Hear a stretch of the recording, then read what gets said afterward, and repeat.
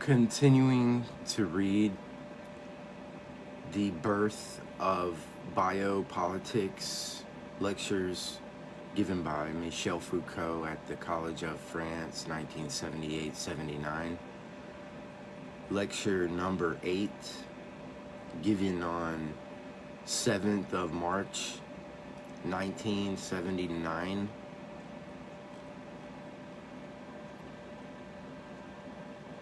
I would like to assure you that in spite of everything, I really did intend to talk about biopolitics. And then, things being what they are, I have ended up talking at length and maybe for too long about neoliberalism and neoliberalism in its German form. I must, however, explain a little this change into the direction I wanted to give these lectures. Obviously, I have not spoken at such length about neoliberalism and worse, about the German form of neoliberalism because I wanted to trace the historical and theoretical background of German Christian democracy. Nor was it so as to denounce what is not socialist in the governments of Willy Brandt or Helmut Schmidt.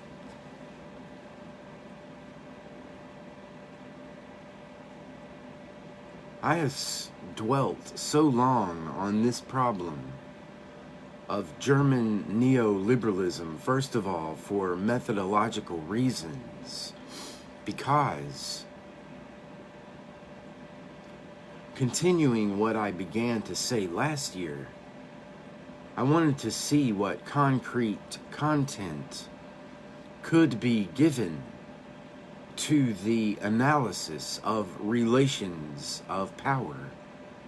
It being understood, of course, and I repeat it once again, that power can in no way be considered either as a principle in itself or as having explanatory value which functions from the outset.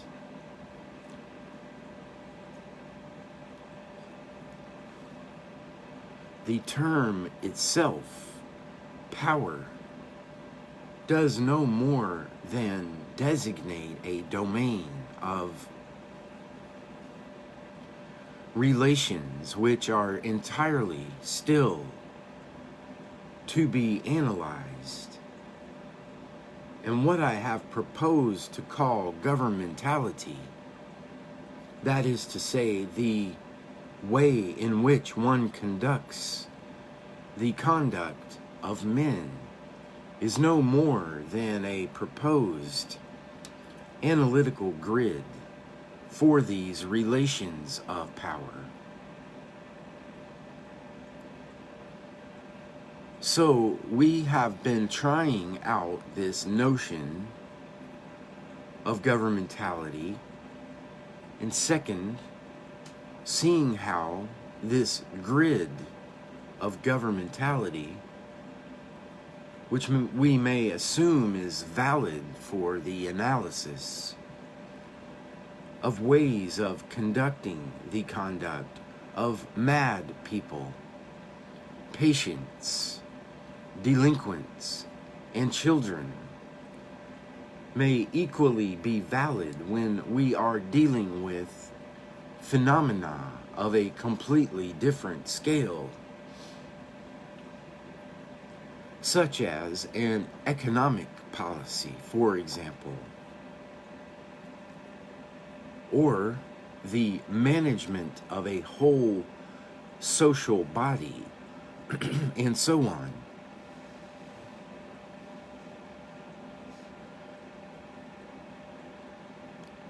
What I wanted to do And this was what was at stake in the analysis, was to see the extent to which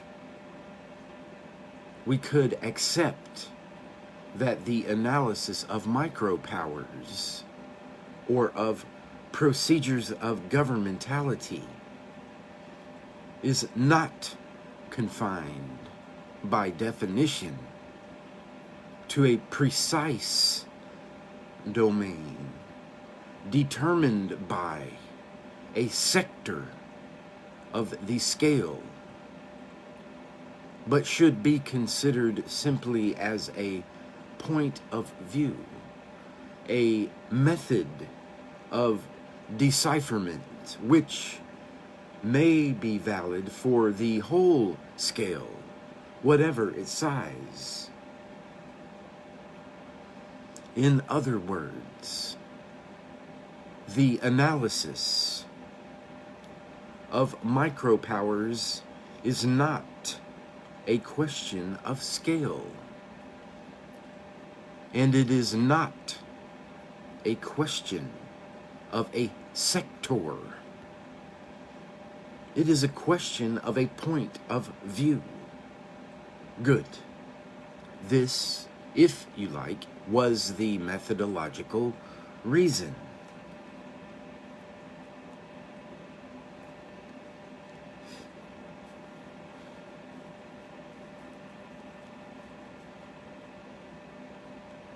A second reason for dwelling on these problems of neoliberalism is what I would call a reason of critical morality.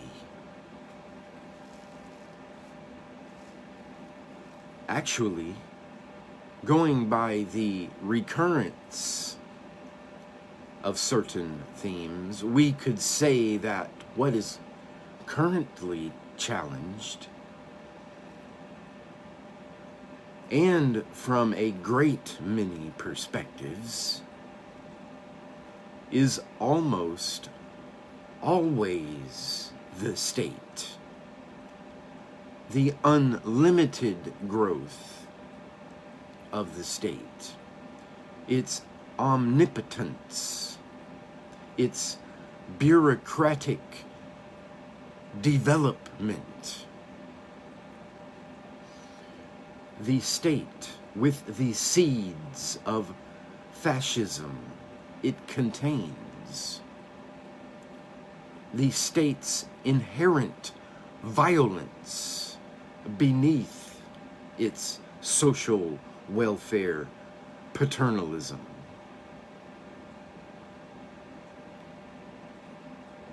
I think there are two important elements which are fairly constant in this theme of the critique of the state. First, there is the idea that the state possesses in itself and through its own dynamism a sort of power of expansion, an intrinsic tendency to expand,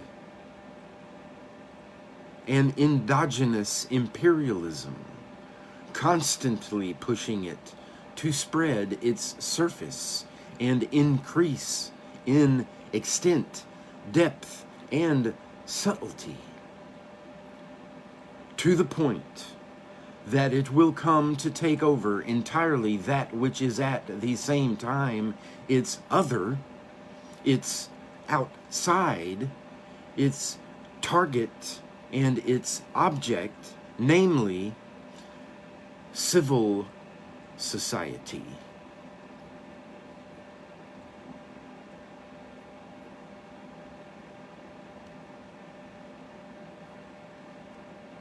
The first element which seems to me to run through all this general theme of state phobia is therefore this intrinsic power of the state in relation to its object, target, civil society.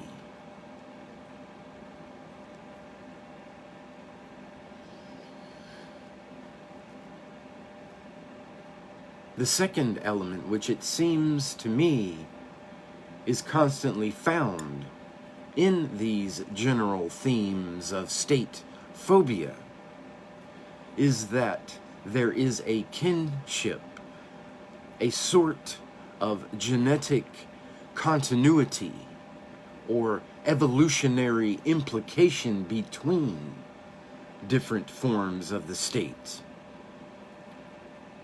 With the administrative state, the welfare state, the bureaucratic state, the fascist state, and the totalitarian state, all being in no matter which of the various analysis, the successive branches of one and the same great tree of state control in its continuous and unified expansion.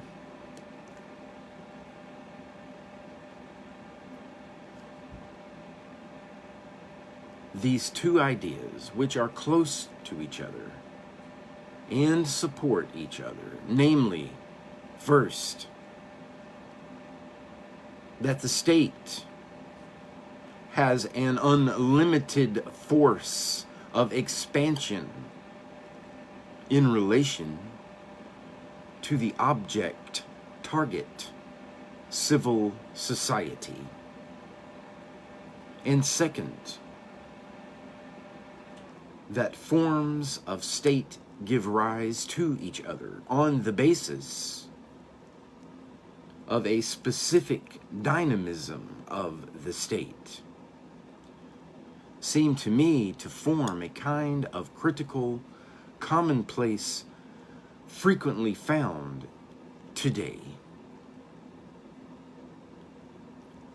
Now it seems to me that these themes put in circulation what could be called an inflationary critical value, an inflationary critical currency.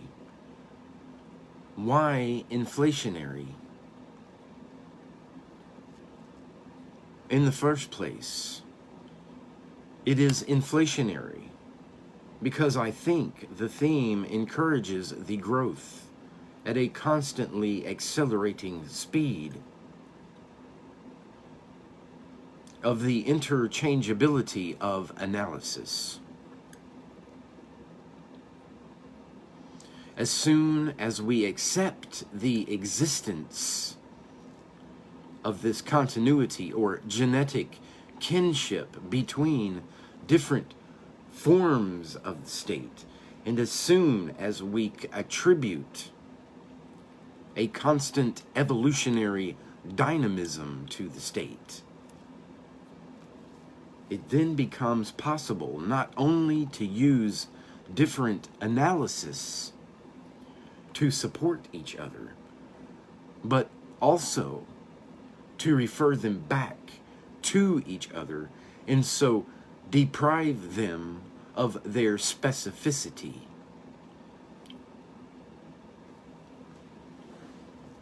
For example, an analysis of Social Security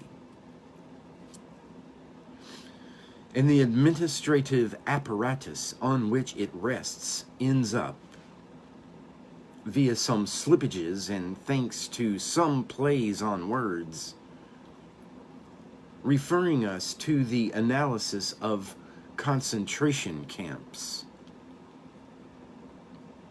And in the move from Social Security to concentration camps, the requisite specificity of analysis is diluted. So, there is inflation in the sense of an increasing interchangeability of analysis and a loss of specificity.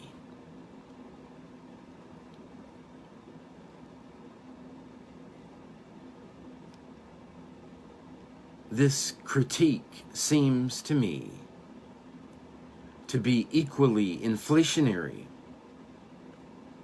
for a second reason, which is that it allows one to practice what could be called a general disqualification by the worst.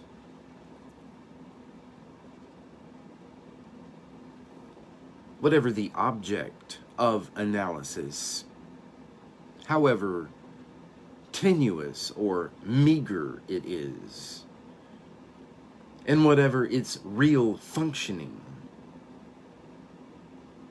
to the extent that it can always be referred to something which will be worse by virtue of the state's intrinsic dynamic and the final forms it may take, the less can always be disqualified by the more,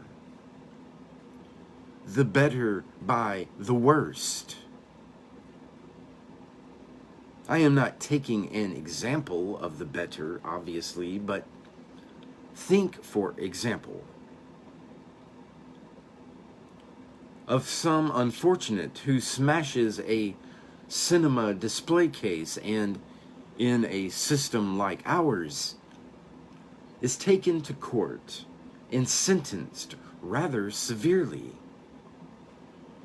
You will always find people to say that this sentence is the sign that the state is becoming fascist, as if, well before any fascist state, there were no sentences of this kind, or much worse. The third factor, the third inflationary mechanism, which seems to me to be characteristic of this type of analysis, is that it enables one to avoid paying the price of reality, and actually, in as much as, in the name of this dynamism of the state, something like a kinship or danger, something like the great fantasy of the paranoiac and devouring state can always be found.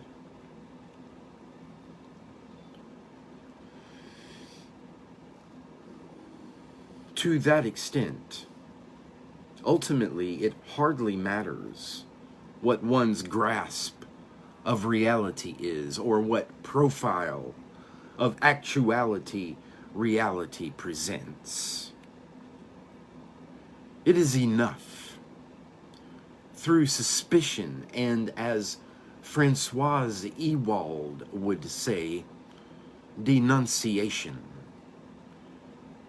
to find something like the fantastical profile of the state, and there is no longer any need to analyze actuality.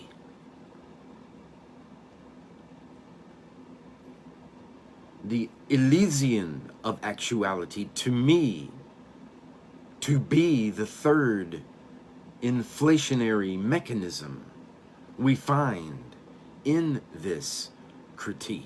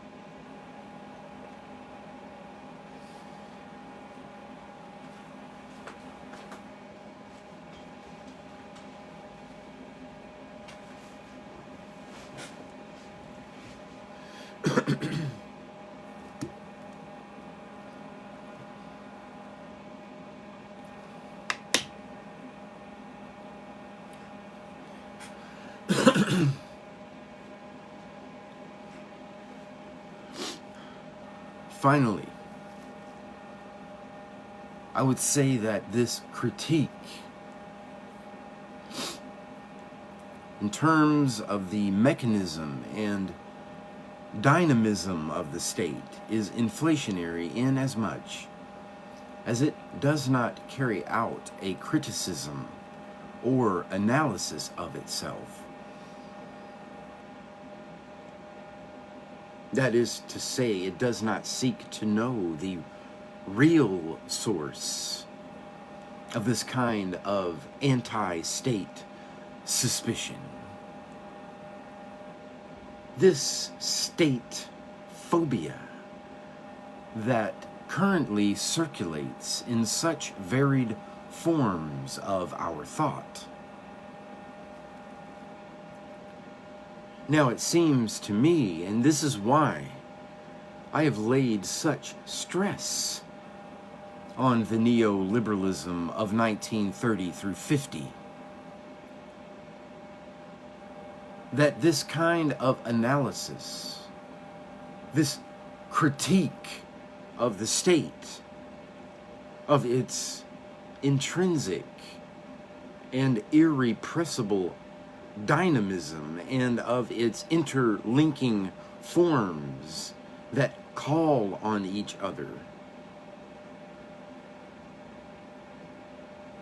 mutually support each other, and reciprocally engender each other, is effectively, completely, and already very clearly formulated in the years 1930 through 1945.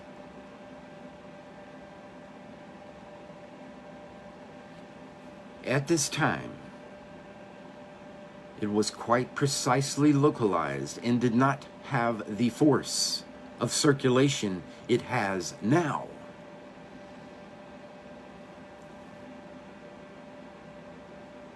We find it precisely localized within the neoliberal choices being developed at this time.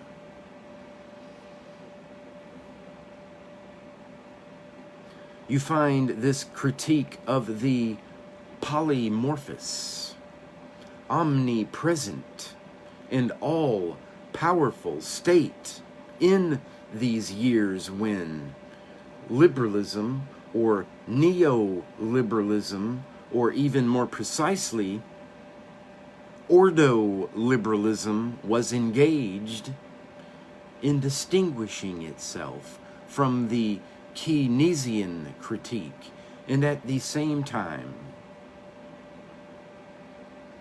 undertaking the critique of New Deal and Popular Front policies of state control and intervention, of National Socialist economics and politics,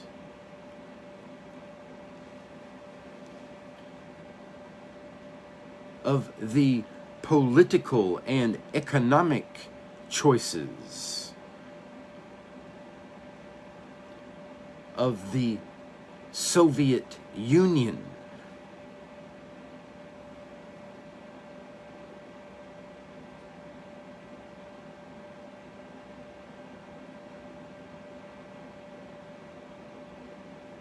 in a word, of socialism generally. It is in this context, in this German neoliberal school,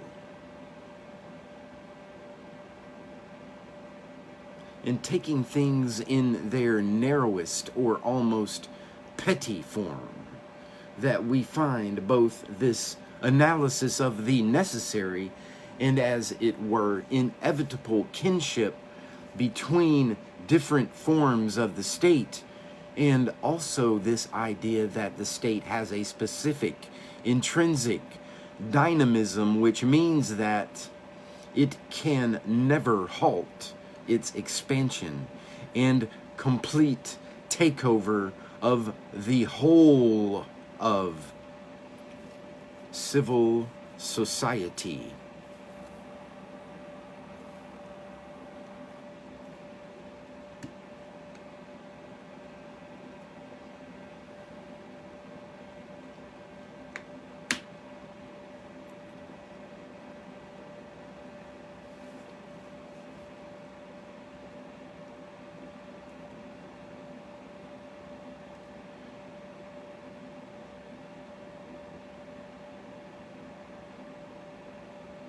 I would just like to quote two texts that testify to the precocity of these two ideas, which seem so contemporary, alive, and actual to us. I will quote Ropes' reaction. In June through July 1943, in a Swiss journal, in which he criticizes the recently published beverage plan and says, "The beverage plan leads to ever more social insurance, ever more social bureaucracy, ever more upheaval of incomes, ever more stamps to stick and seals to affix, ever more subscriptions and contributions, ever more concentration of power, national income, and responsibility in the hands of the state that, in any case, embraces everything, regulates everything, concentrates and controls everything, with the single certain result of exercising on society an even more centralized action of proletarianization and state control that destroys the middle class."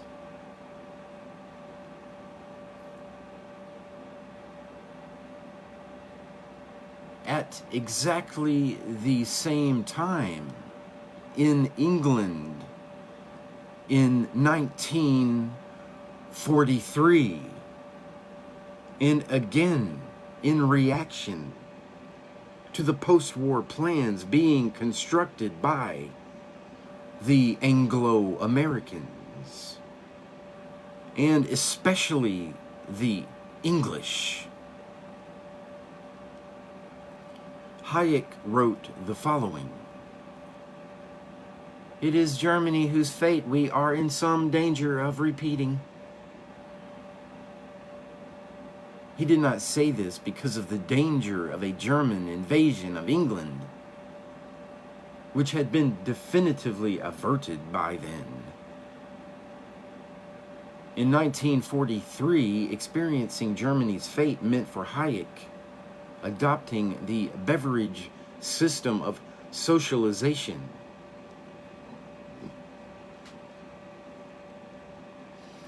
interventionist economics, planning, and social security.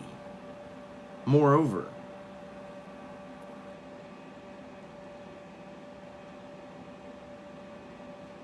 he clarified by adding, "We are not close to Hitler's Germany exactly, but to the Germany of the previous war. As in the latter case,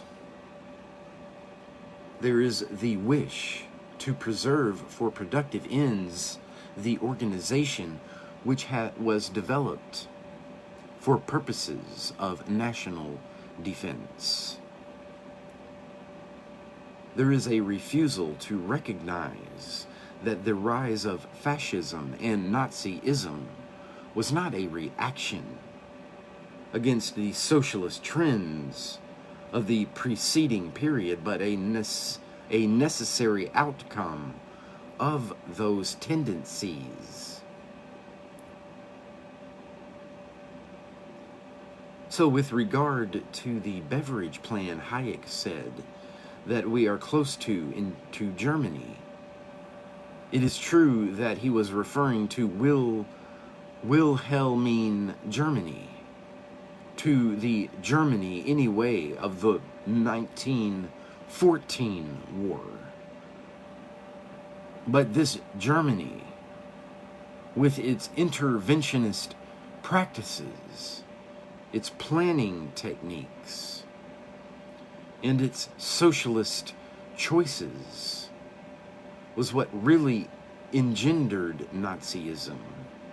And in drawing close to the Germany of 1914 through 18, we also draw close to Nazi Germany.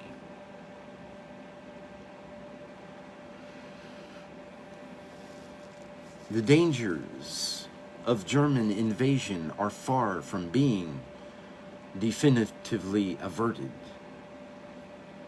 The English socialists,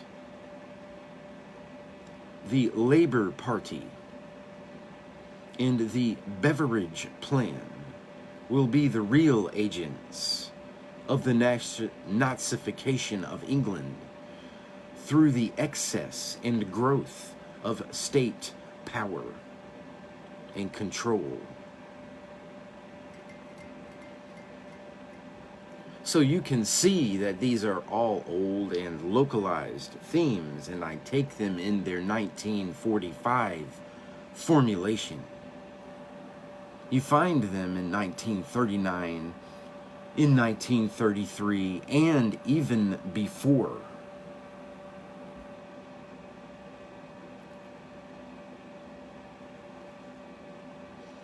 Well, against this inflationary critique of the state, against this kind of laxness, I would like to suggest some theses which have been present, roughly, in what I have already said, but on which I would like to take a bit of a bearing.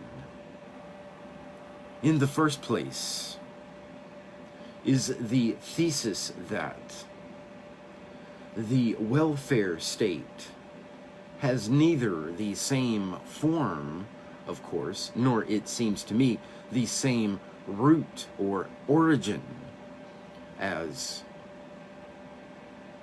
the totalitarian state, as the Nazi, fascist, or Stalinist state.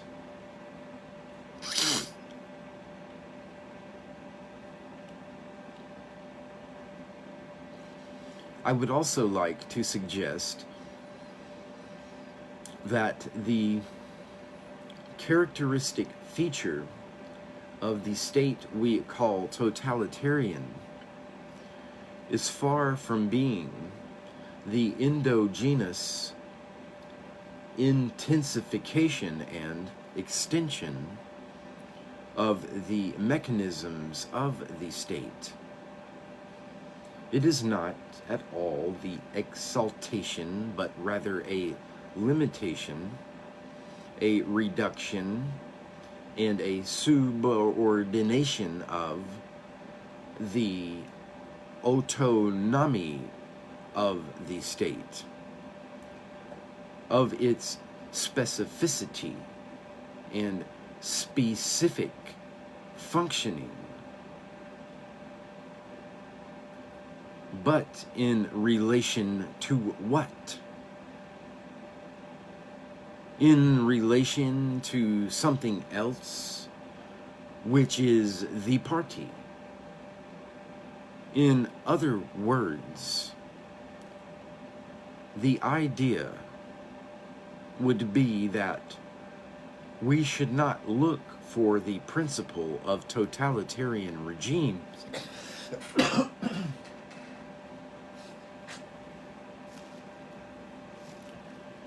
in the intrinsic development of the state and its mechanisms.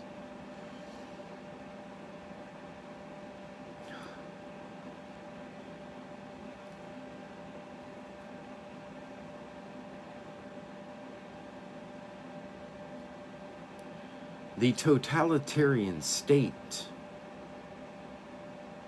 is not the 18th century administrative state, the 19th century Polizeistaat pushed to the limit.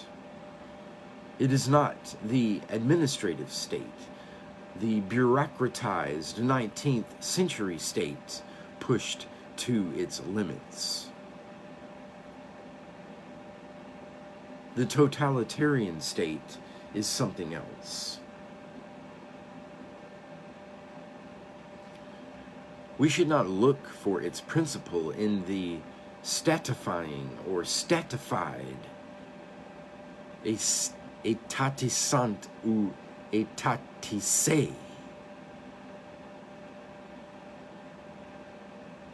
governmentality born in the 17th and 18th centuries. We should look for it in a non-state governmentality, precisely in what could be called a governmentality of the party. The party, this quite extraordinary, very curious, and very new organization, this very new governmentality of the party, which appeared in Europe at the end of the 19th century, is probably, well, in any case, this is what I may try to show you next year, if I still have these ideas in mind, at the historical origin of something like totalitarian regimes, of something like Nazism or fascism or Stalinism.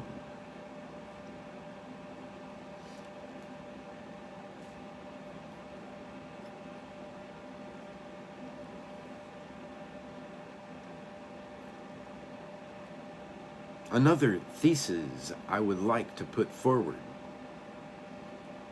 and this is, in short, the other side of what I have just been saying, is that what is presently at issue in our reality, what we see emerging in our 20th century societies, is not so much the growth of the state and of raison d'etat, but much more its reduction, and in two forms.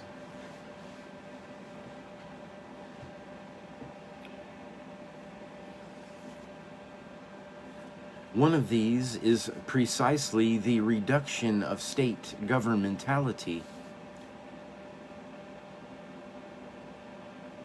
through the growth of party governmentality.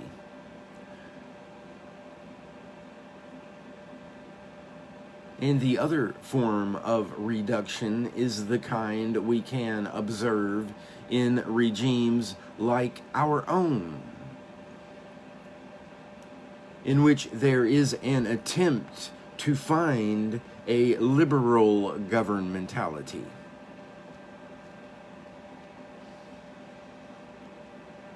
I add straight away that in saying this, I am not trying to make a value judgment.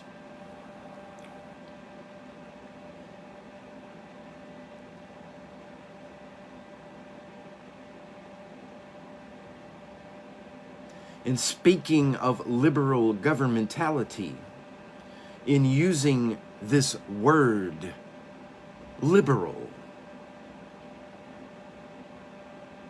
I do not want to make sacred or immediately attach value to this type of governmentality.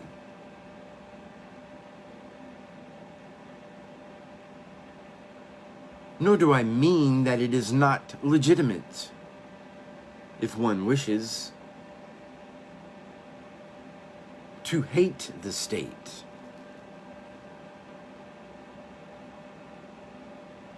But what I think we should not do is imagine we are describing a real, actual process concerning ourselves when we denounce the growth of state control, or the state becoming fascist, or the establishment of a state violence, and so on.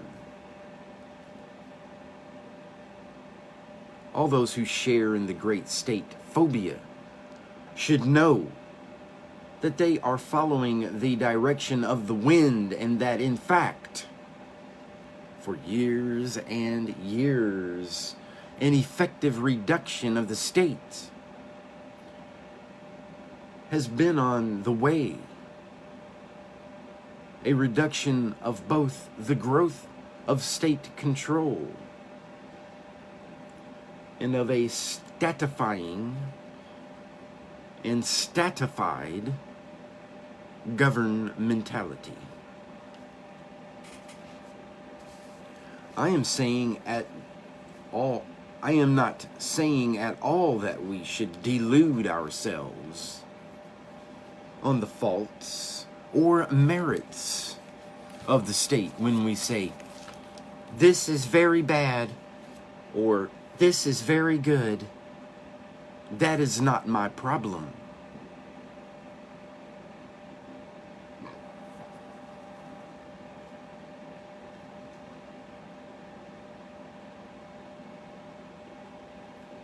I am saying that we should not delude ourselves by attributing to the state itself a process of becoming fascist, which is actually exogenous and do much more to the state's reduction and dislocation.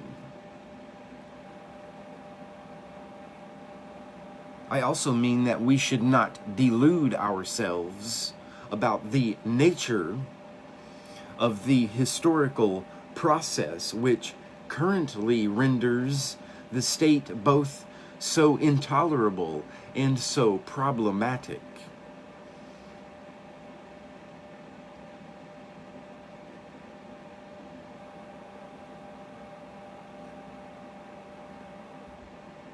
It is for this reason that I would like to study more closely the organization and diffusion of what could be called this German model.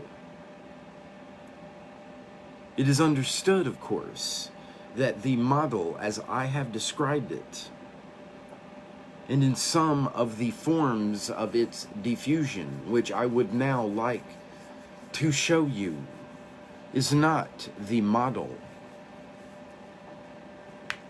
so often discredited, dismissed, held in contempt, and loathed of the Bismarckian state becoming the Hitler state. The German model, which is being diffused, debated, and forms part of our actuality, structuring it and carving out its real shape, is the model of a possible neoliberal governmentality.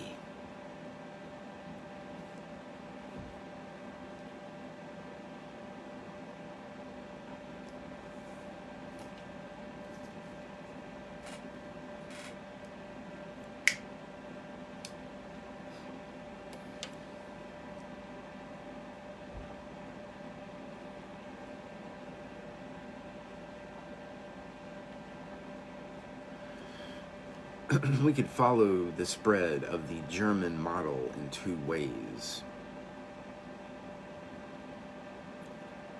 Today, I will try to look at its spread in France. And maybe if I don't change my mind, I will do the same for the USA next week. What we could call the diffusion of the German model in France has taken place slowly, insidiously, and creakingly with, I think, 3 characteristics.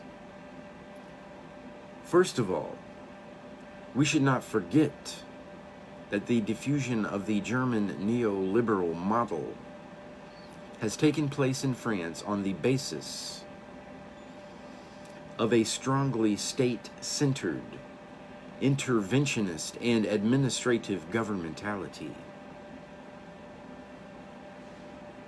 with precisely all the problems this entails. Second, the attempt to introduce and implement the German neoliberal model in France takes place in a context of an initially relatively limited and now acute economic crisis, which is the motive, pretext, and reason for the introduction and implementation of the model, and at the same time, what checks it.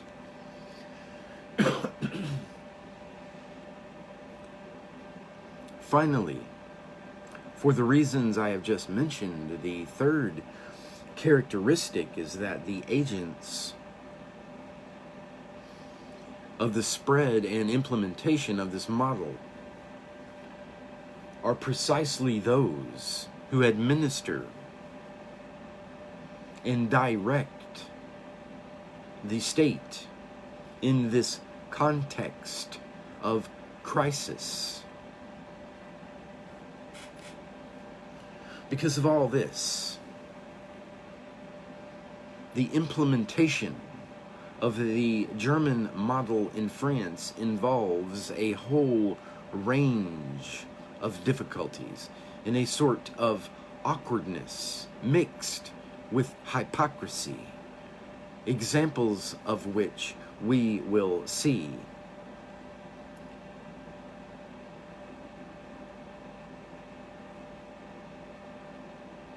In the United States, the diffusion of the German model takes on a completely different appearance. And first of all, can we really speak of a diffusion of the German model? After all, liberalism, the liberal tradition, the constant renewal of liberal politics has been a constant in the United States, which means that what we are now seeing, or what was seen in reaction to the New Deal, is not necessarily the diffusion of the German model. It can also be seen as a phenomenon which is absolutely endogenous to the United States.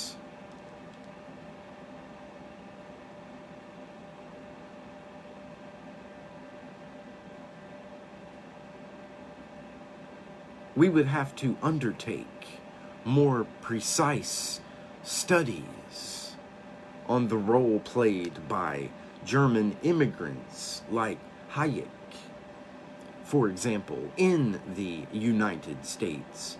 Fine, between American neoliberalism and the German neoliberal model, basically formed around the Freiburg people, there is a whole range of historical relationships which are undoubtedly difficult to unravel.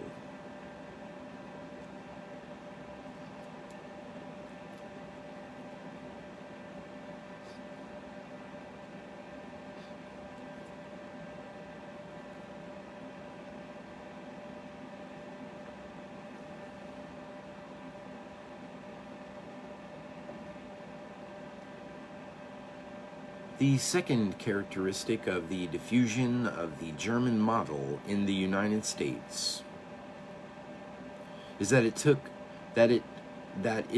too takes place in a context of crisis, but of a completely different crisis than the one experienced in France, since it is an economic crisis, of course, but with a completely different form and undoubtedly less acute. It develops within a political crisis in which the problem of the influence, action, and intervention of the federal government,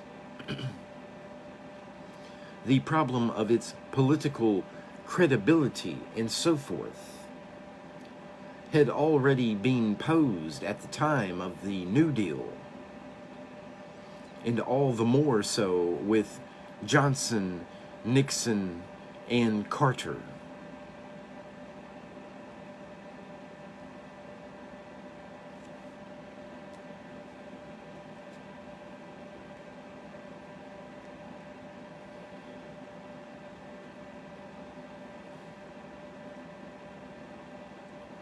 Finally, the third characteristic of this diffusion of neoliberalism in the United States is that, instead of being, in a sense, the almost exclusive property of governmental personnel and advisors, as in the case in France, neoliberal governmentality appears, at least in part, as a sort of major economic political alternative which, at a certain moment at any rate, takes the form of, if not a mass movement, at least a widespread movement of political opposition within American society. All this means that it is completely impossible to deal with the diffusion of the German model in France and the American neoliberal movement at the same time. The two phenomena are not completely overlapping and cannot be superimposed on each other. Although there is, of course, a whole system of exchanges and supports between them.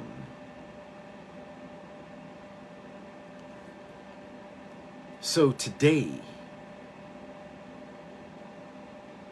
I would like to speak a little about what we could call neoliberalism in France and the existence of the German model.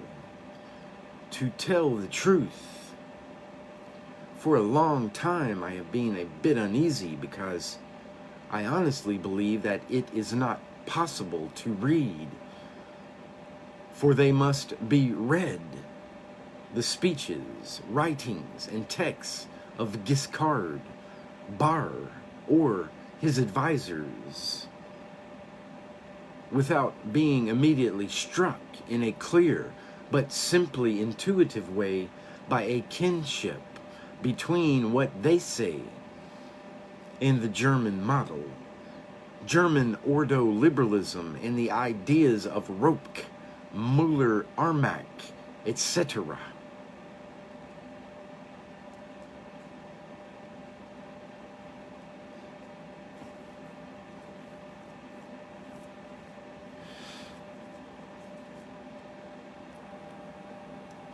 Now, it is very difficult to find just the act of acknowledgement, the statement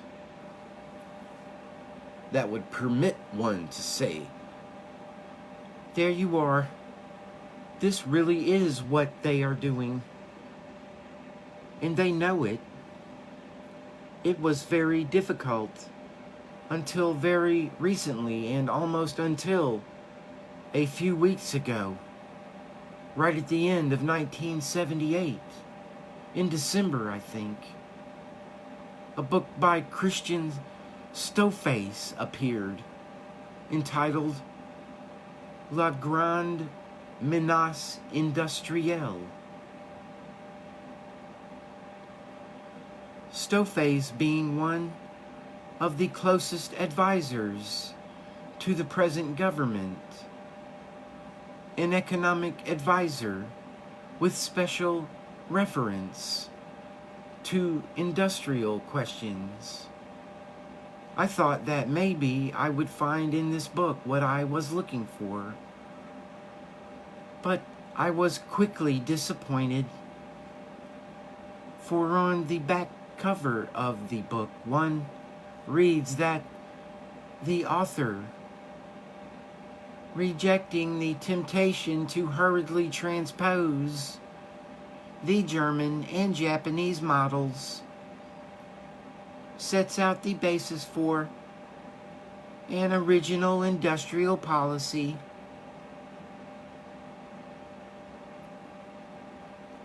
I said to myself, once again, I will not find what I want. But what is funny, the curious thing, which is quite revealing of the clear reasons why these things cannot be said, is that if this statement is found on the back cover of the book, in the concluding chapter, which summarizes the whole analysis, the final or penultimate paragraph, I think, summarizing what the book has proposed, begins in this way. Ultimately, what is involved is the model of the social market economy. So the phrase is uttered with simply, the author adds, a little more revolutionary boldness than across the Rhine. In fact, he says, it is a question of constructing both an efficient market economy, open to the world, and an advanced social project.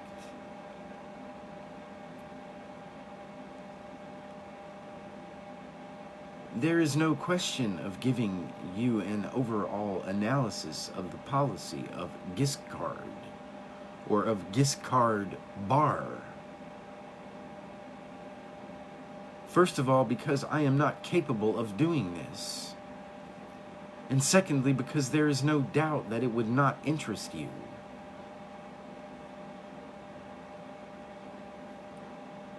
I would just like to consider some of its aspects. First, to put things back in their context a bit, I will give some information about what we could call the economic context, which has speeded up the introduction and implementation of this model over the last few years.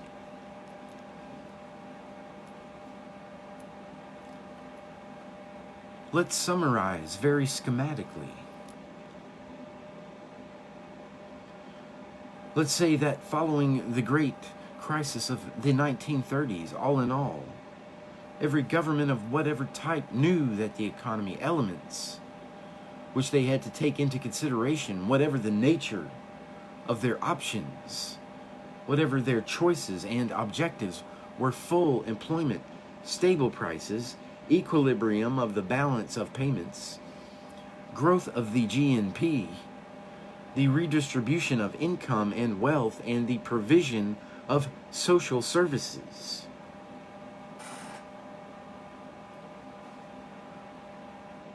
Roughly speaking, this constitutes the list of what Bentham would have called, in his terms, the economic agenda of government. The things it must concern itself with. Whatever the way it may choose to do so. Let's say that in this set of objectives, the German neo or ordo liberal formula, you recall,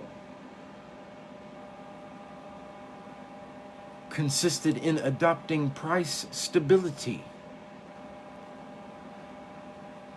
and the balance of payments as the primary objective,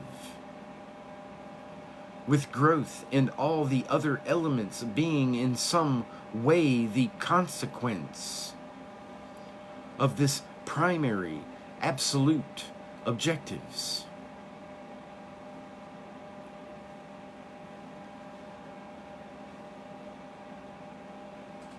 C'est-à-dire England and France.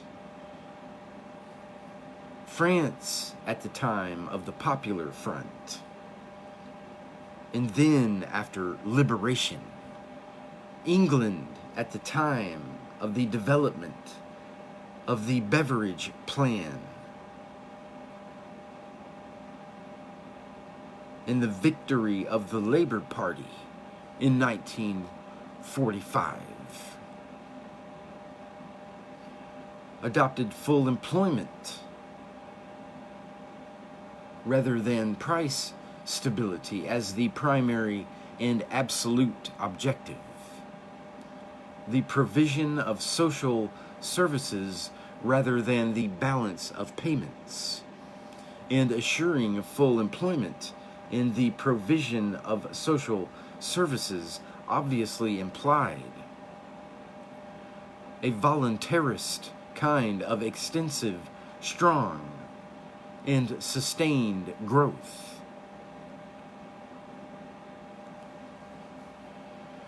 Let's leave aside the problem of why. Of why all these things considered the pursuit of these objectives in England failed, or revealed their drastic limits in the period from 1955 to 75. While in France, the same policy led to some positive results. Let's say that this was the situation at the start and the reason why, attenuated by a range of liberal type measures. These interventionist objectives and methods, and these planning procedures focused on full employment and the distribution of social services were basically still maintained under de Gaulle, as the fifth plan clearly shows, simplifying considerably, we can say that from 1970 to 75, or anyway in the decade now coming to a close, the problem arises of the final liquidation of these objectives and forms of economic political priority. It is in this decade that the problem arises of the overall transition to a neoliberal economy, that is to say, roughly, catching up and inserting the German model. The reasons, the immediate economic pretexts and incentives were of course, the crisis, which appeared before 1973 in a pre-crisis characterized by a constant rise in unemployment since 1969. A fall from credit balance in the balance of payments, and an increasing inflation, all those signs which, according to the economists, did not indicate a Keynesian type of crisis situation, That is to say, a crisis of investment. That is to say, roughly, it was thought that the crisis was due to errors in investment policy, to insufficiently rationalized and programmed investment choices.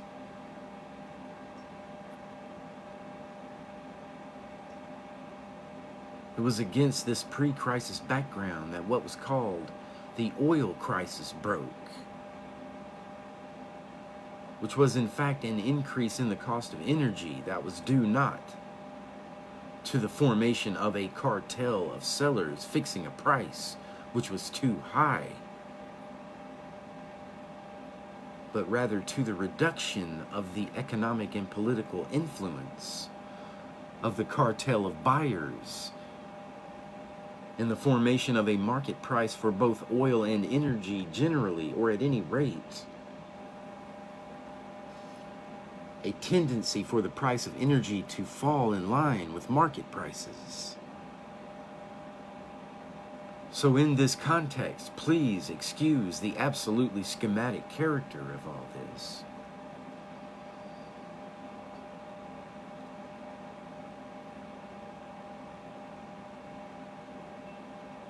It is easy to see how economic liberalism could appear, and actually did appear, as the only solution to this pre-crisis and its acceleration through the increasing cost of energy. Liberalism, that is to say, the total unrestricted integration of the French economy in an internal European and world market, was the choice which appeared, first of all, as the only way to be able to rectify the erroneous investment choices made in the previous period because of interventionist objectives, techniques, and so on.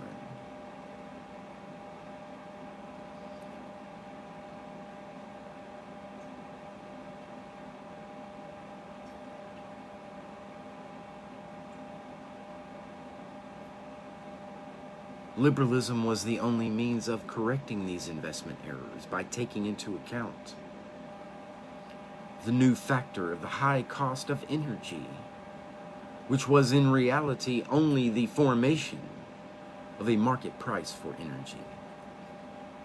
The general insertion of the French economy in the market in order to correct the errors of investment on the one hand, and in order to adjust the French economy to the new cost of energy on the other, seemed then to be the self-evident solution.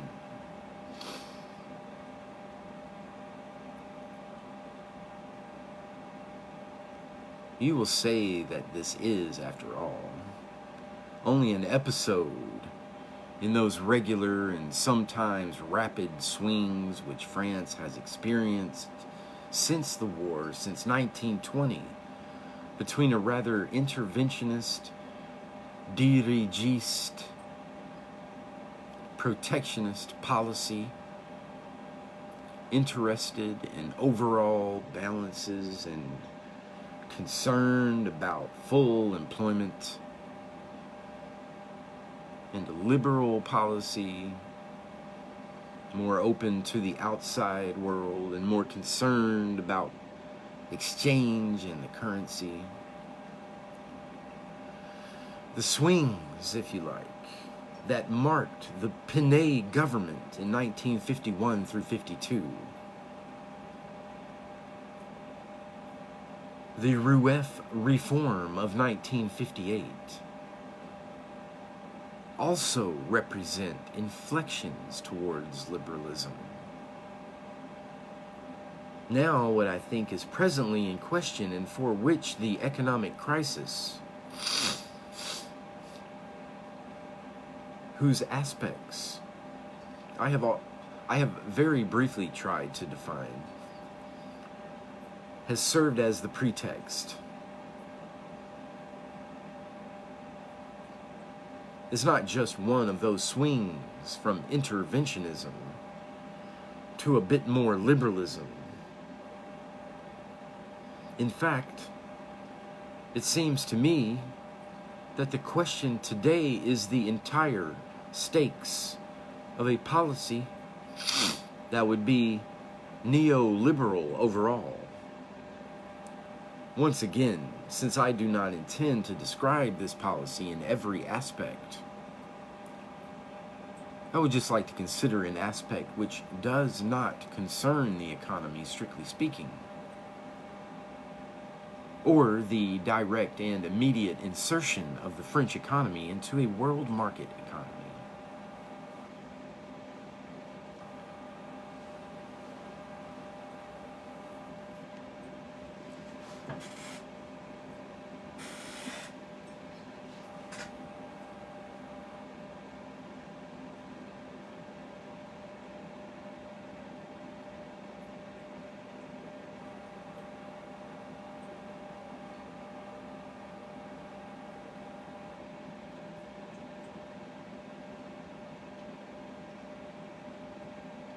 Just so you will know, in current events, in recent months,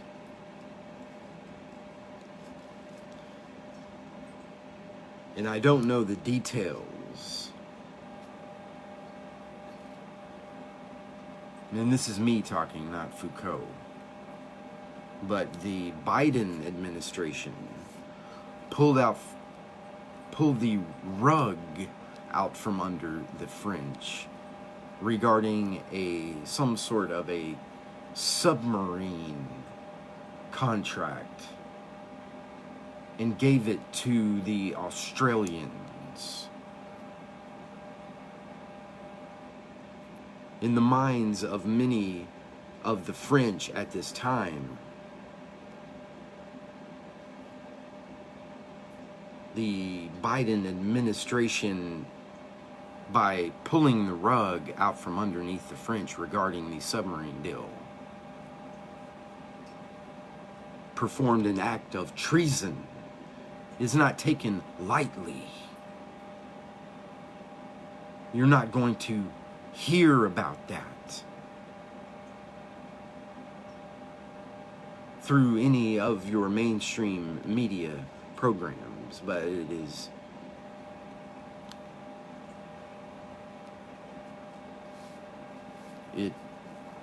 is what it is. Okay, back to the lecture. I would like to consider this policy in another respect, another aspect, that of social policy. In the present government, in the present governmentality, which was virtually entailed with the arrival in power of Giscard and his policy. What has social policy been? What could it be? And towards what is it directed? This is what I would now like to talk about.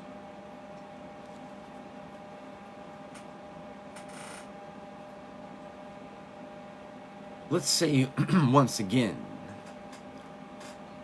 in a few schematic historical remarks, that the post-liberation social policy, which had been programmed during the war, was dominated in France and England by two problems and a model. The two problems were, first, the maintenance of full employment as the main economic and social priority. Because the 1929 economic crisis was attributed to the absence of full employment.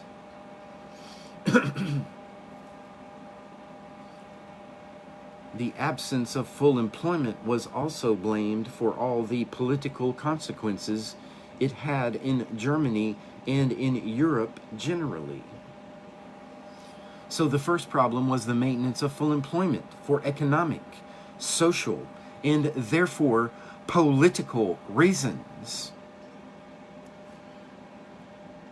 The second problem was to avoid the effects of a devaluation made necessary by a policy of growth.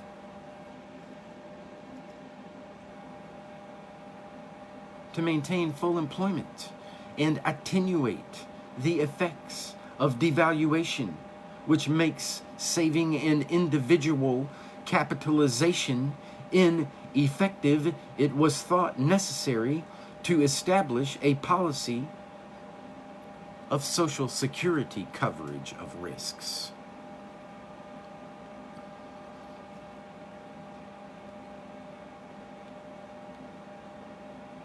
The model for the techniques for achieving these objectives was war.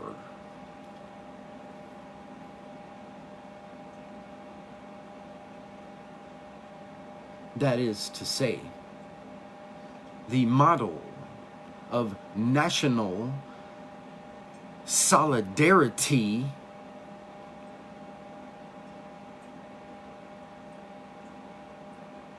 which consists in not asking people why what happened to them happened, nor to what economic category they belong. Anything that happens to an individual in terms of shortage, accident, or unknown causes must be taken care of by the whole community in the name of national solidarity.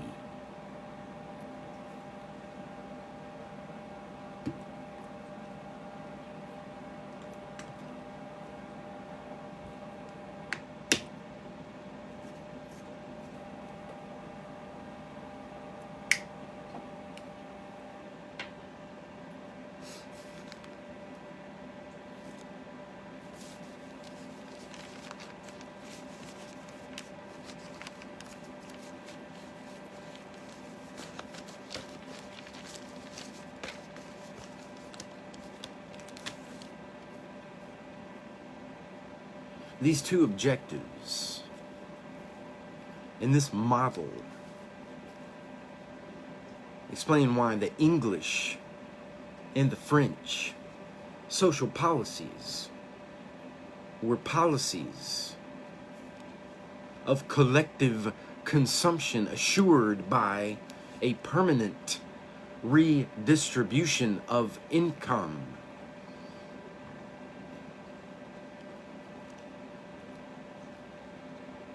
By a collective consumption and permanent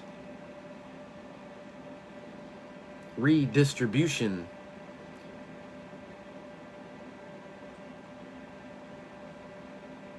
which has to concern the whole population.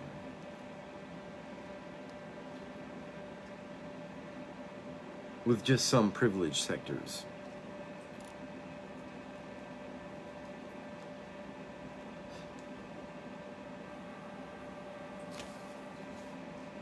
In France, due to policies directed at increasing the birth rate, the family was seen as one of the sectors which had to be especially privileged. But generally speaking, it was thought that it was up to the entire community to provide cover for the risks faced by individuals. Once these objectives have been fixed and this model for achieving them has been chosen, the question arises, of course, of whether such a policy, presented as a social policy, is necessarily an economic policy at the same time. In other words,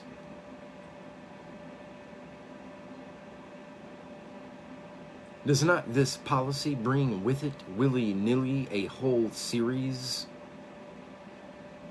of economic effects which are in danger of introducing unforeseen consequences and, as it is said, perverse effects on the economy itself, which will disrupt the economic system and the social system.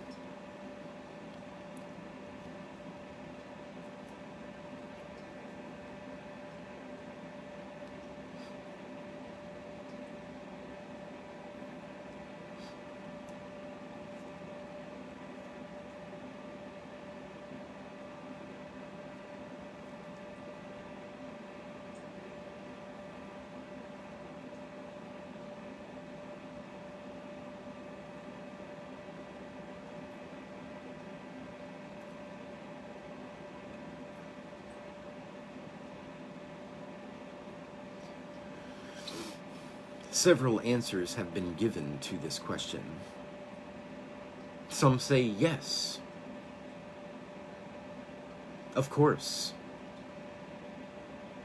This kind of policy will produce economic effects. But these are precisely the effects we are looking for. That is to say, for example, the redistribution of income and the equalization of income and consumption is precisely the effect sought. And social policy only has real meaning if it introduces some corrections in leveling within the economic regime, which liberal policy itself and economic mechanisms in themselves could not guarantee. Others say, not at all. The social policy we envisage setting up, or which has been established since 1945,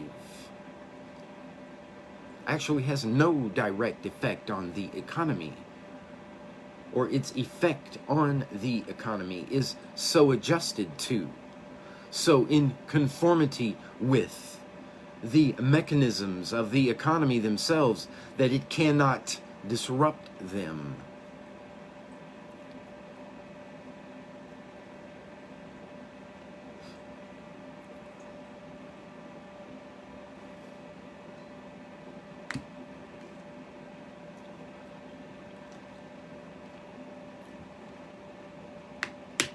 It is very interesting to note that Leroux, the man who did not invent Social Security in France, but who was behind its organization and devised its mechanisms, in a text from 1947 or 48, I no longer remember, gave precisely this explanation and justification of social security, precisely at the time that it was being set up. He said, don't worry, Social Security is not designed to produce and cannot have any economic effects other than beneficial ones. He defined Social Security in the following way: it is no more than a technique to ensure that each can provide for himself and those for whom he is responsible in every circumstance.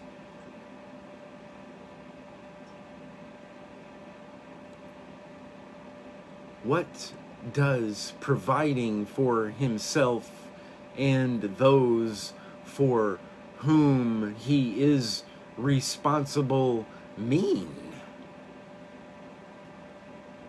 It means simply establishing a mechanism such that Social Security contributions are deducted solely from wages.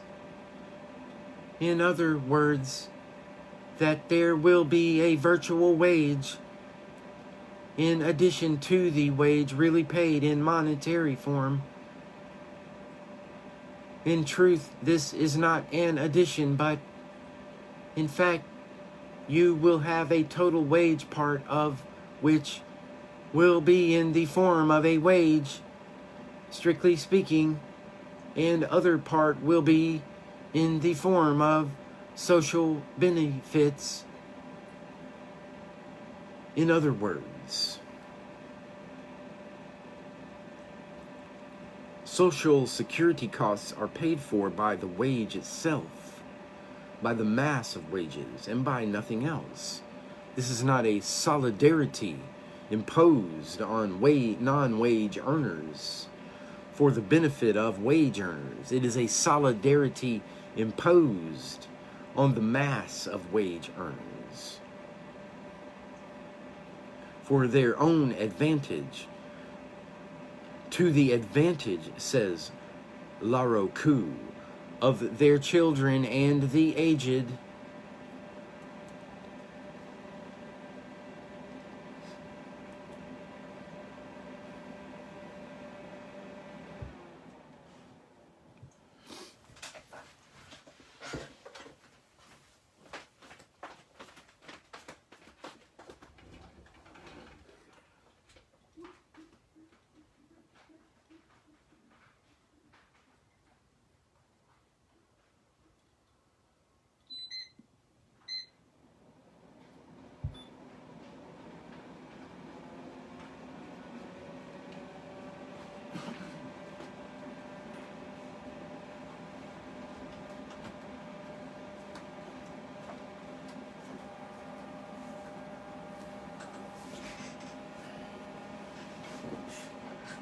Technical problem.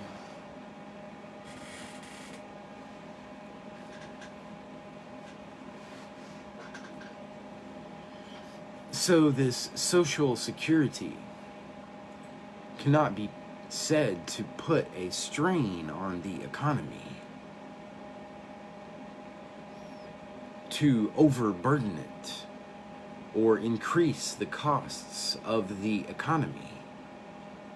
In fact, Social Security was just a particular way of paying what is no more than a wage.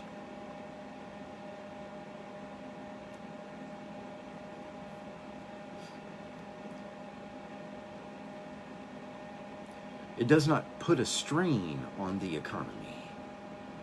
Even better, basically, it enables us not to raise wages, and consequently, its effect is to reduce the costs of the economy by pacifying social conflicts, by enabling wage claims to be less steep and pressing. This is what Foucault said in 1947-48 to explain the mechanism of social security that he had himself perfected.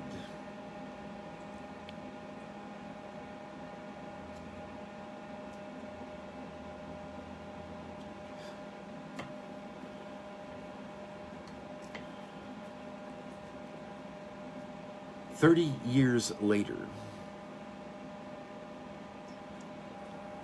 in 1976, a report appeared in the Revue Française des Affaires Sociales, which is very interesting because it was written by some ENA students as a study appraisal of 30 years of social security.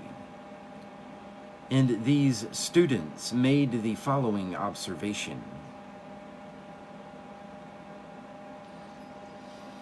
In the first place, they say, social security has a considerable economic impact, and this is linked, moreover,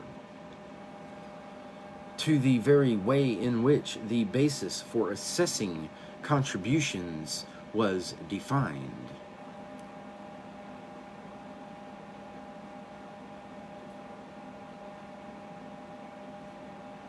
The impact, in fact, is on the cost of labor. Due to Social Security, labor becomes more expensive. When labor costs more, it is obvious that there will be a restrictive effect on employment. So there will be an increase in unemployment due directly to the increase in the cost of labor. There is equally an effect on international competition,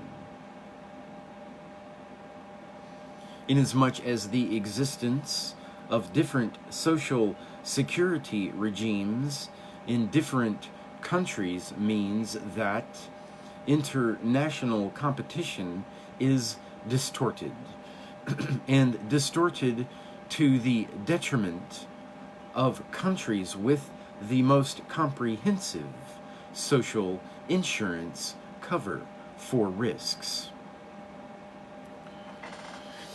That is to say, here again there is a source of increasing unemployment.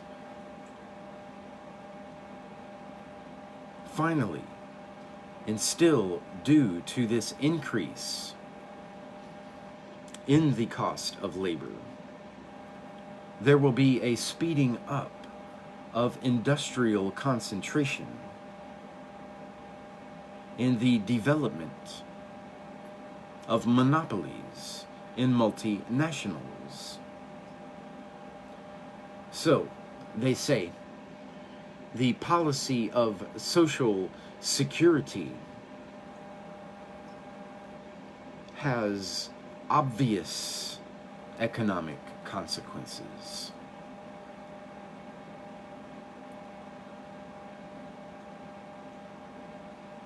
Second, not only do these consequences appear as a result of the cost of labor and produce a rise in unemployment, but on top of this, the way in which an upper limit is set for contributions, that is to say, the difference between contributions as a percentage of earnings, has effects on the distribution of income.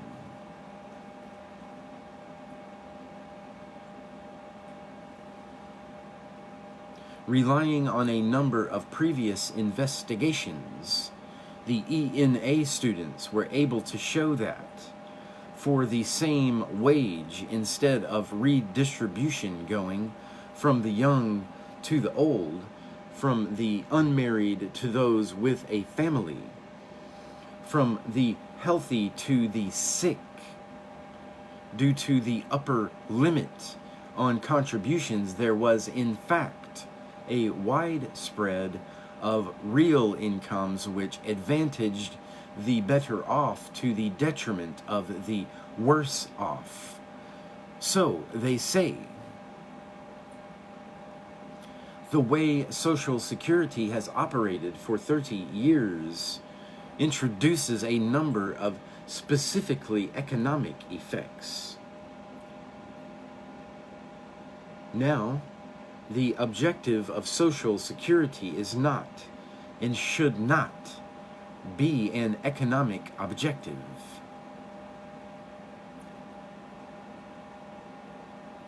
The ways in which it is financed should not, by distorting the law of the market,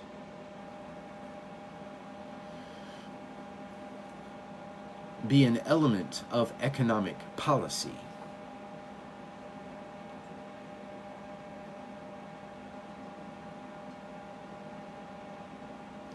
social security must remain economically neutral. Here you find again, almost word for word, the same things I talked about last week or 2 weeks ago with regard to the German Ordo liberals' conception of social policy.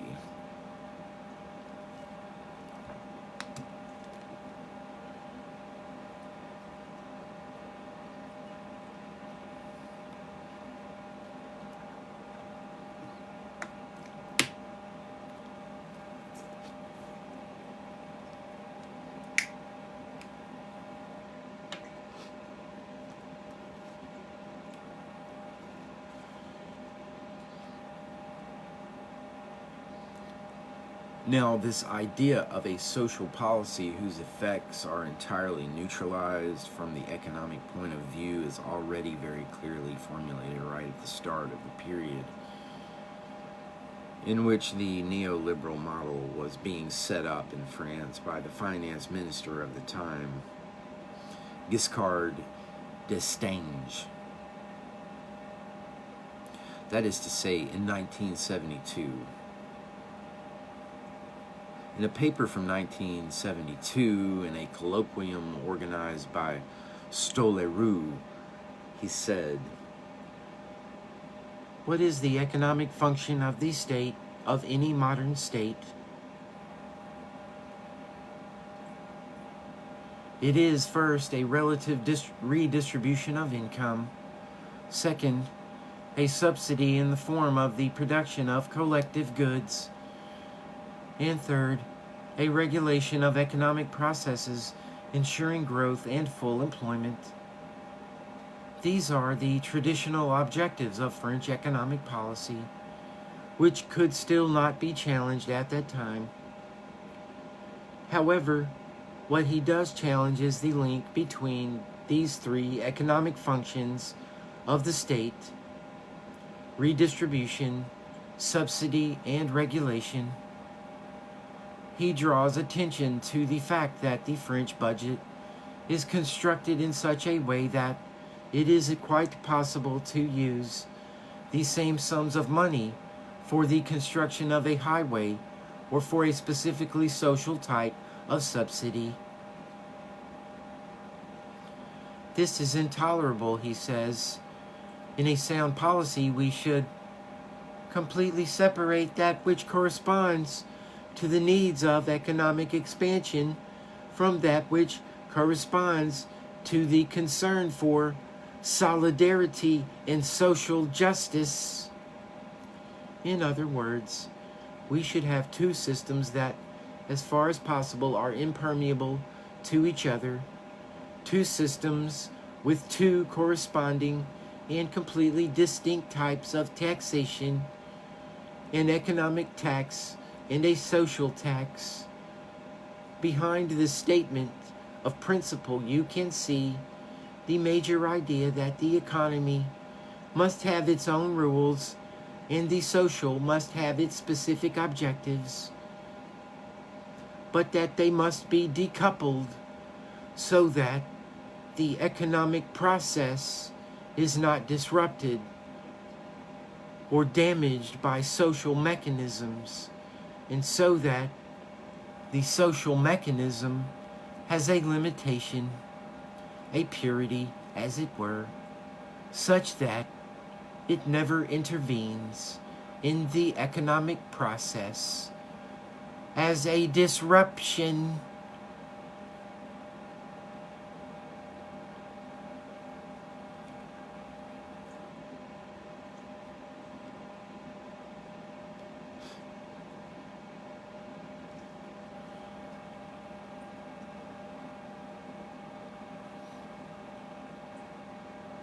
The problem is,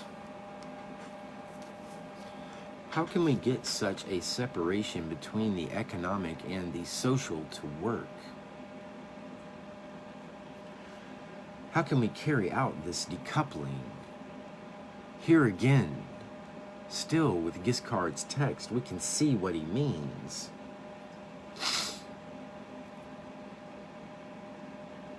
He appeals to a principle I have already spoken about, which is common to German ordoliberalism and American neoliberalism, and which is found in French neoliberalism. This is the idea that the economy is basically a game, that it develops as a game between partners, that the whole of society must be permeated by this economic game, and that the essential role of the state is to define the economic rules of the game and to make sure that they are in fact applied. What are these rules? They must be such that the economic game is as active as possible, and consequently to the advantage of the greatest possible number of people, with simply a rule, and this is the surface of contact.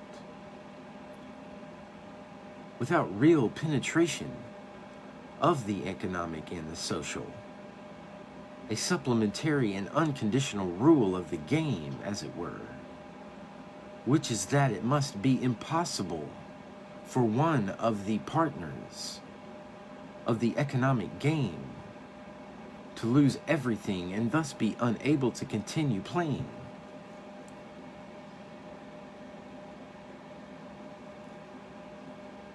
It is, if you like, a safety clause for the player, a limiting rule that changes nothing in the course of the game itself, but which prevents someone from ever dropping totally and definitively out of the game. It is a sort of inverted social contract. That is to say, in the social contract, all those who will the social contract and virtually or actually subscribe to it form part of society until such a time as they cut themselves off from it.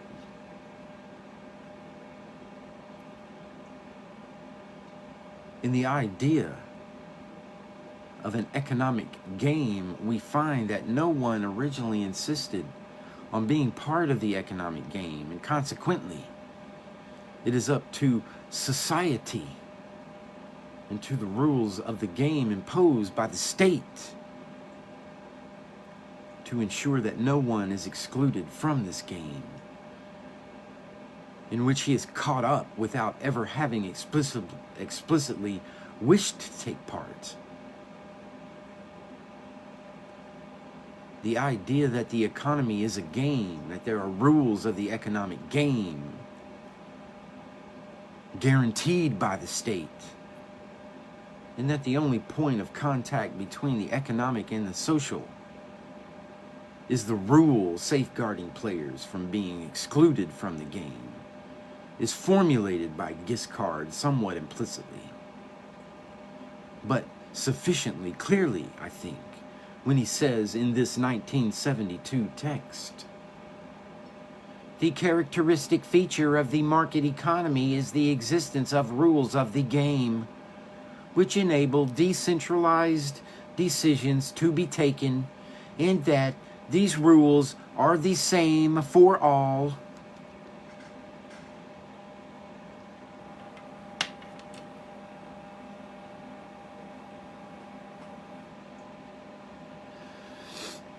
Between the rule of competition, of production, and that of the protection of the individual, a particular game must be established so that no player risks losing everything. He says particular game, but it would no doubt be better to say particular rule.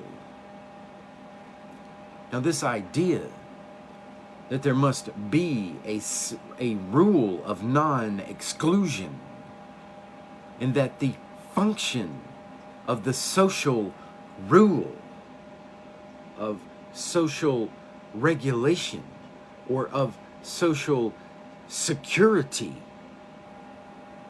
in the broadest sense of the term.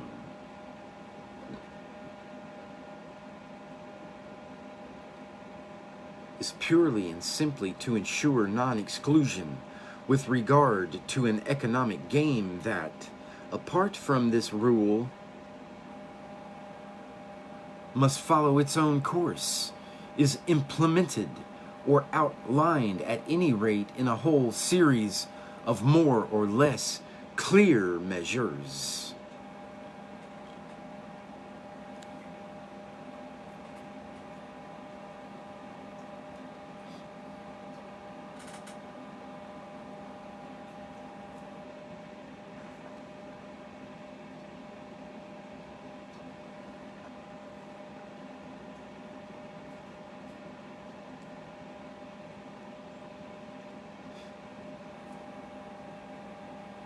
Because time is pressing, and also because I don't want to bore you too much with this, I would just like to show you what this means, not in terms of the measures which were actually taken and which, due to the crisis and its intensity, could not be fully followed through or form a coherent whole, but by taking the example of a project which comes back several times after 1974, which is that of the negative tax.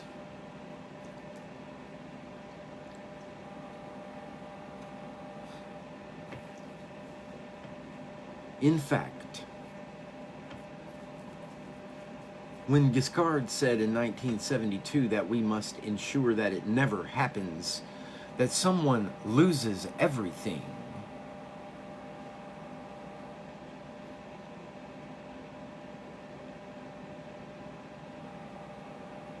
he already had in mind that this idea of a negative tax, the negative tax, is not an idea of French neoliberalism, but of American neoliberalism, which maybe I will talk about next week.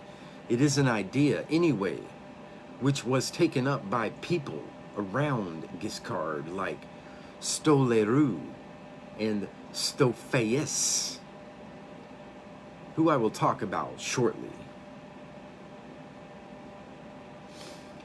And in the preparatory discussions for the 7th plan in 1974 or 75, Stophaeus produced a report on the negative tax.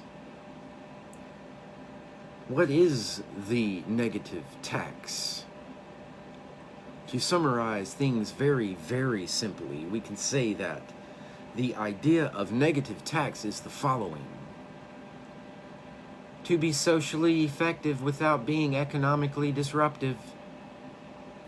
A social benefit must never, as far as this is possible, take the form of collective consumption.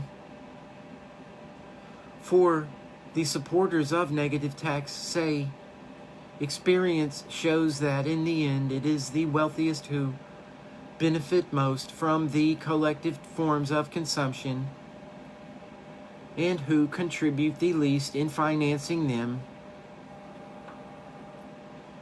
So if we want to be an effective social protection without negative economic effects, we must quite simply replace those overall forms of financing, all those more or less sectional benefits, with a cash benefit which will guarantee supplementary resources to those, and only those, who either definitively or provisionally fail to reach a sufficient threshold.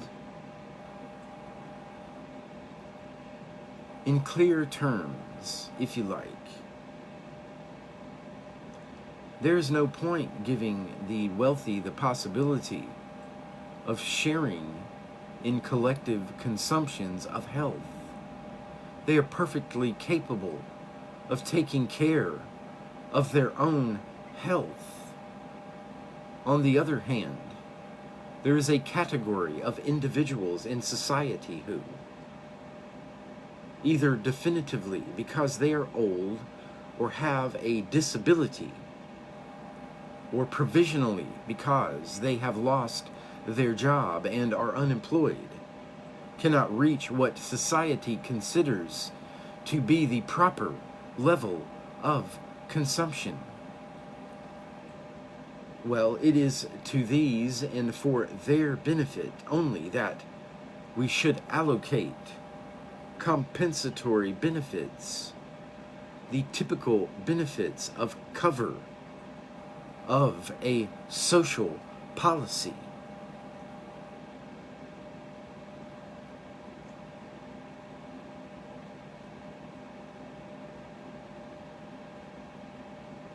Consequently, below a given level of income, we will pay an additional amount. Even if this means giving up the idea that society as a whole owes services like health and education to each of its members. And even if also, and this is no doubt the most important element, it means reintroducing an imbalance between the poor and others, between those receiving aid and those who are not. Obviously, this project of a negative tax, especially in its French forms, does not have the drastic appearance that I have just given, or the simplistic appearance that you might think. In fact, negative tax as a benefit paid to people with an income which is insufficient to ensure a given level of consumption is conceived by Stoleroux and Stoffaes in a relatively sophisticated way, inasmuch as, in particular, one has to ensure that people do not take this supplementary benefit as a sort of means of living that will save them from looking for work and getting back into the economic game. A whole series of modulations and degradations see to it that through the negative tax, the individual will be guaranteed a given level of consumption, but with enough motivations, or if you like, enough frustrations, so that he still always wants to work, and so that it is always preferable to work rather than receive a benefit. Let's leave aside all these details, which are important nevertheless.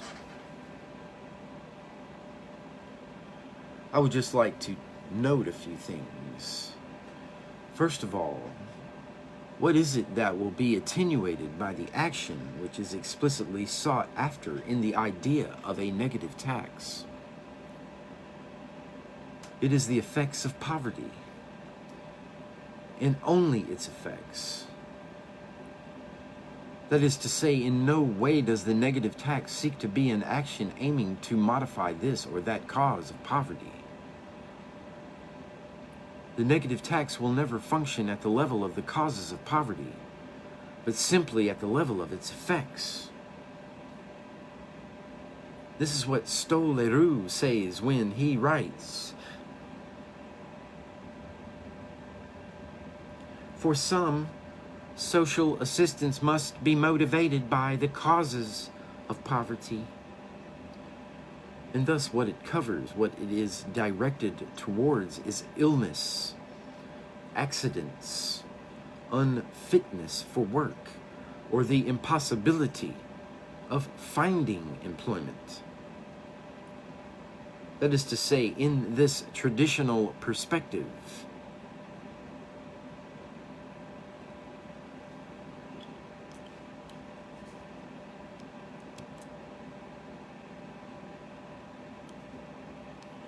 you cannot give someone assistance without asking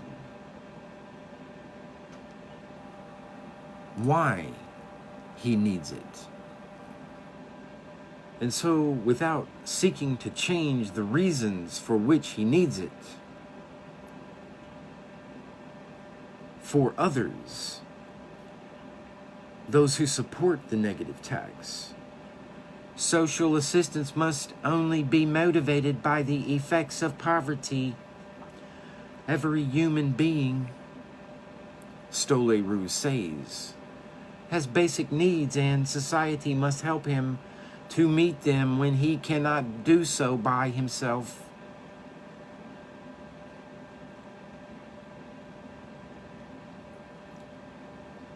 So that when it comes to it, the famous distinction that Western governmentality has tried for so long to establish between the good and bad, poor, between the voluntary and involuntary unemployed, is not important. After all, it does not and should not concern us to know why someone falls below the level of the social game. Whether he is a drug addict or voluntary unemployed is not important. Whatever the reasons, the only problem is whether he is above or below the threshold. The only thing that matters is that the individual has fallen below a given level and that point without looking further, and so without having to make all those bureaucratic police or inquisitorial investigations. The problem becomes one of granting him a subsidy. In such a way that the mechanism by which he is given it still encourages him to rise again to the level of the threshold and be sufficiently motivated through receiving assistance to have the desire, in spite of everything, to rise again above the threshold. But if he does not have the desire, this is not important, and he will remain assisted. This is the first point, which is, I think, very important in relation to what was developed for centuries by social policy in the West. Second, you can see that this negative tax is a way of absolutely avoiding social policy having any kind of effect in the form of a general redistribution of income. That is to say, broadly speaking, anything that could be described as a socialist policy.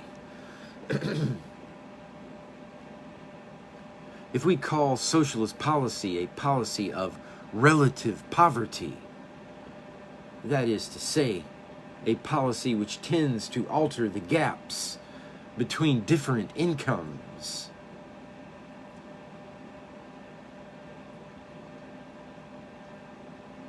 if we understand socialist policy as a policy that tries to attenuate the effects of relative poverty arising from the gap between the incomes of the wealthiest and the poorest, then it is absolutely clear that the policy entailed by negative tax is the exact opposite of socialist policy.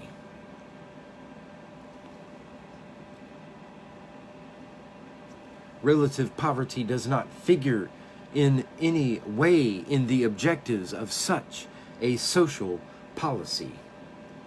The only problem is absolute poverty. That is to say, the threshold below which people are deemed not to have an adequate income for ensuring that they have a sufficient consumption. I think we should make a few remarks about absolute poverty.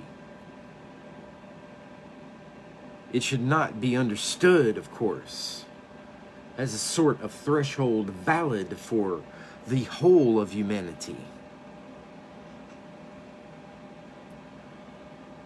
Absolute poverty is relative for every society. And there are societies which will have a fairly high threshold of absolute poverty. And other poor societies where it will be much lower. So the threshold of absolute poverty is relative. Second, and this is an important consequence,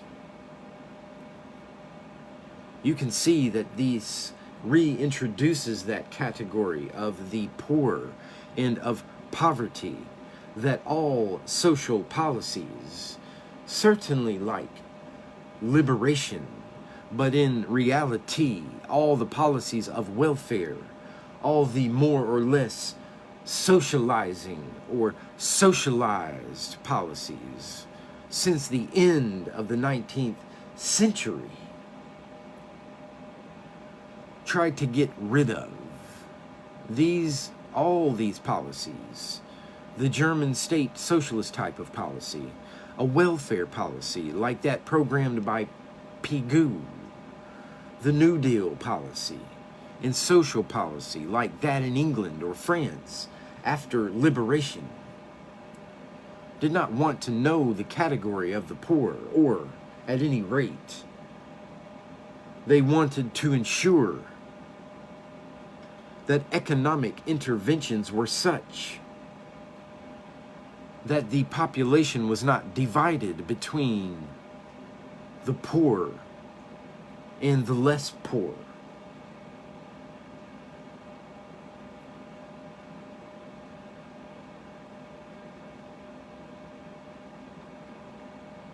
Policy was always situated in the spread of relative poverty, in the redistribution of incomes, in the play of the gap between richer and poorer.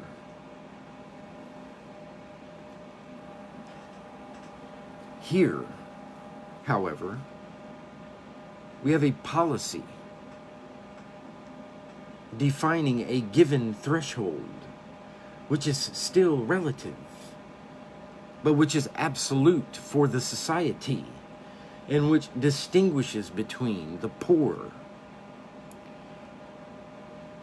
and those who are not poor, between those who are receiving assistance and those who are not.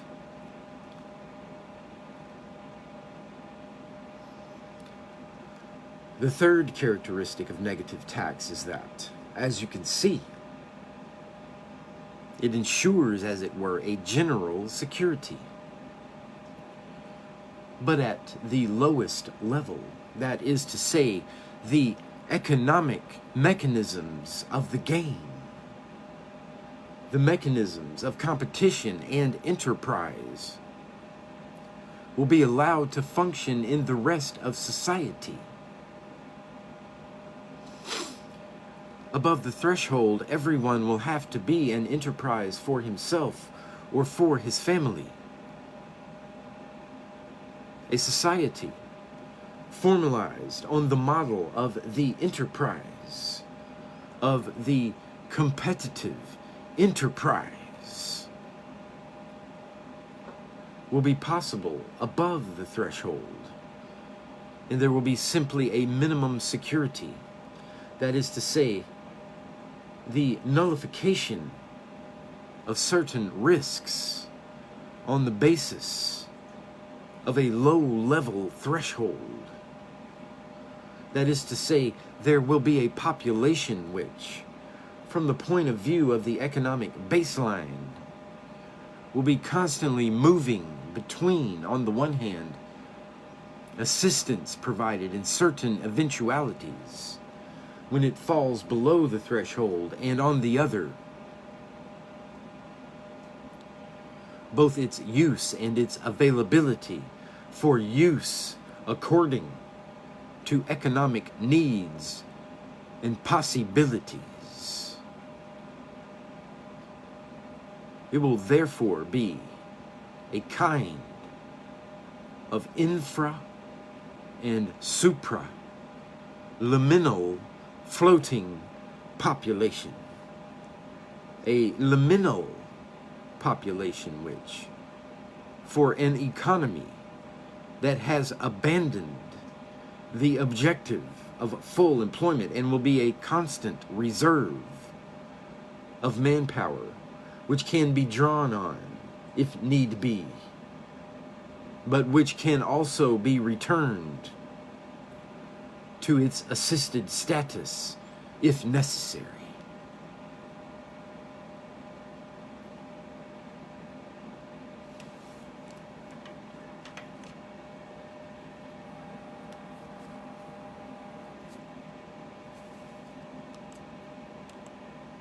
So with this system, which again has not been applied for a number of reasons,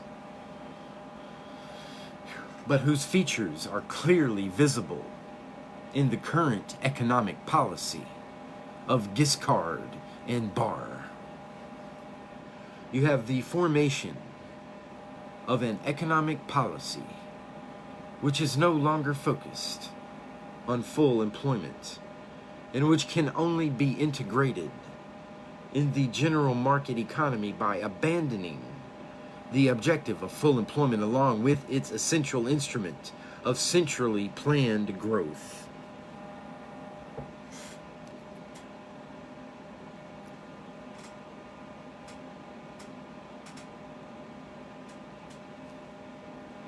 Full employment and voluntarist growth are renounced in favor of integration in a market economy.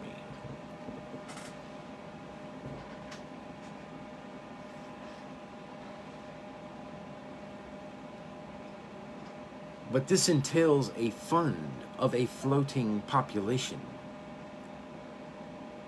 of a liminal, infra, or supra-liminal population in which the assurance mechanisms will enable each to live after a fashion and to live in such a way that he can always be available for possible work if market conditions require it.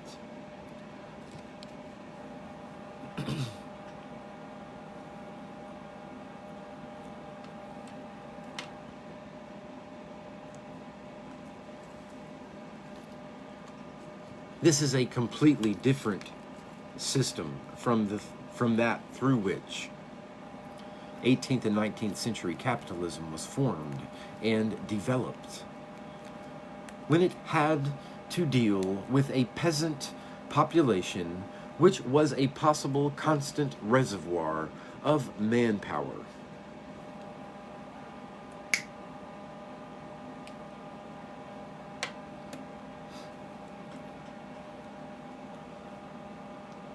When the economy functions as it does now, when the peasant population can no longer ensure that kind of endless fund of manpower, this fund has to be formed in a completely different way. This other way is assisted population, which is actually assisted in a very liberal and much less bureaucratic and disciplinary way than it is by a system focused on full employment, which employs mechanisms like those of social security.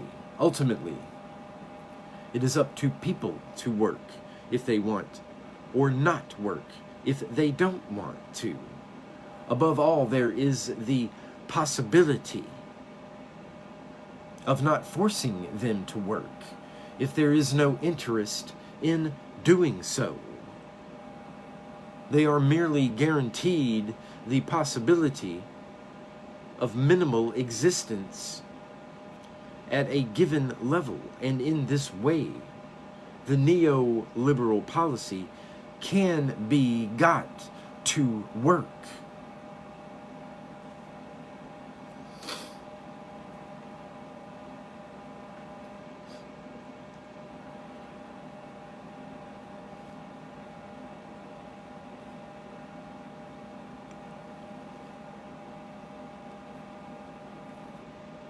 Now this kind of project is nothing other than the radicalization of those general themes I talked about with regard to ordoliberalism. The German ordoliberals explained that the main objective of a social policy is certainly not to take into account all the risks that may be incurred by the global mass of the population, and that a true social policy must be such that, without affecting the economic game, and consequently letting society develop as an enterprise society, mechanisms of intervention are deployed to assist those when and only when they need it.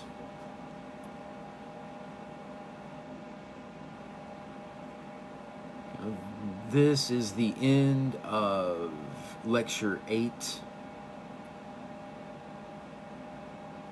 from The Birth of Biopolitics, lectures given by Michel Foucault, 1978-79, at the College of France.